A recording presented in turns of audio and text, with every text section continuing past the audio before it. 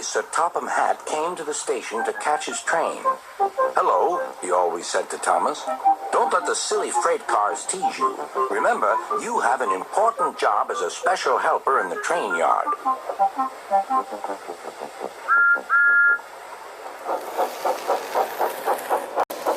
There were lots of freight cars, and Thomas worked very hard pushing and pulling them into place.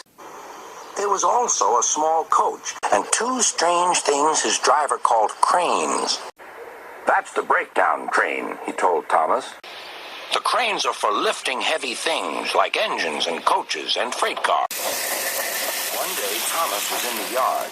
Suddenly, he heard an engine whistling. "Help! Help!" A freight train came rushing through much too fast. The engine was James, and he was frightened. His brake blocks were on fire. "They're pushing me! They're pushing me!" he panted. On! Laughed the freight cars. Still whistling, "Help! Help!"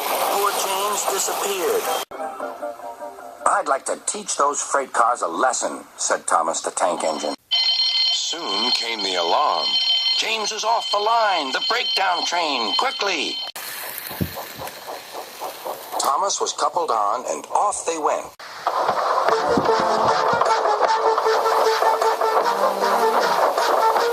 Thomas worked his hardest. "Hurry, hurry, hurry," he puffed. He wasn't pretending to be like Gordon. He really meant it. Bother those freight cars and their tricks. I hope poor James isn't hurt.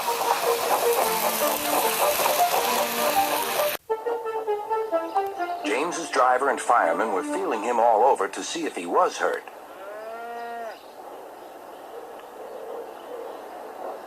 "Never mind, James," they said. "It was those silly freight cars and your old wooden brakes that caused the accident."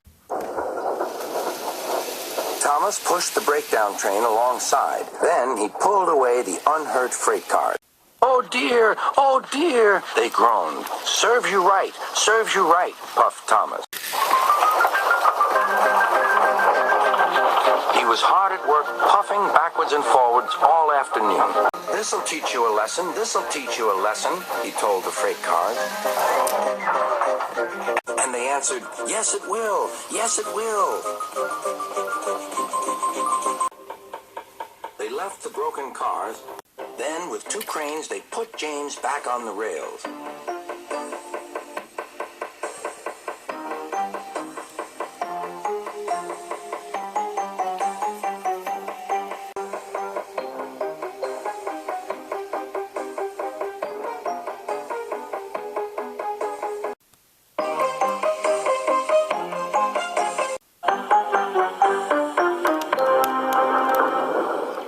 He tried to move, but he couldn't, so Thomas helped him back to the shed.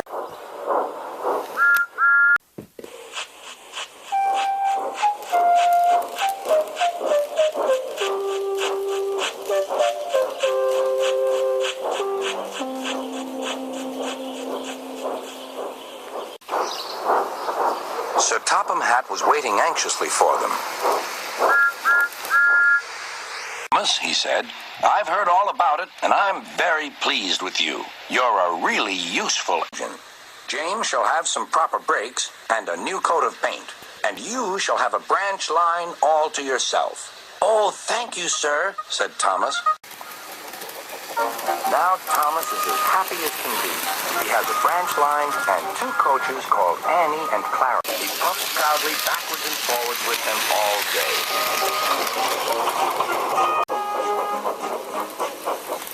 He is never lonely. Edward and Henry stop quite often and tell him the news. Gordon is always in a hurry, but never forgets to say boop, boop, and Thomas always whistles beep, beep in return.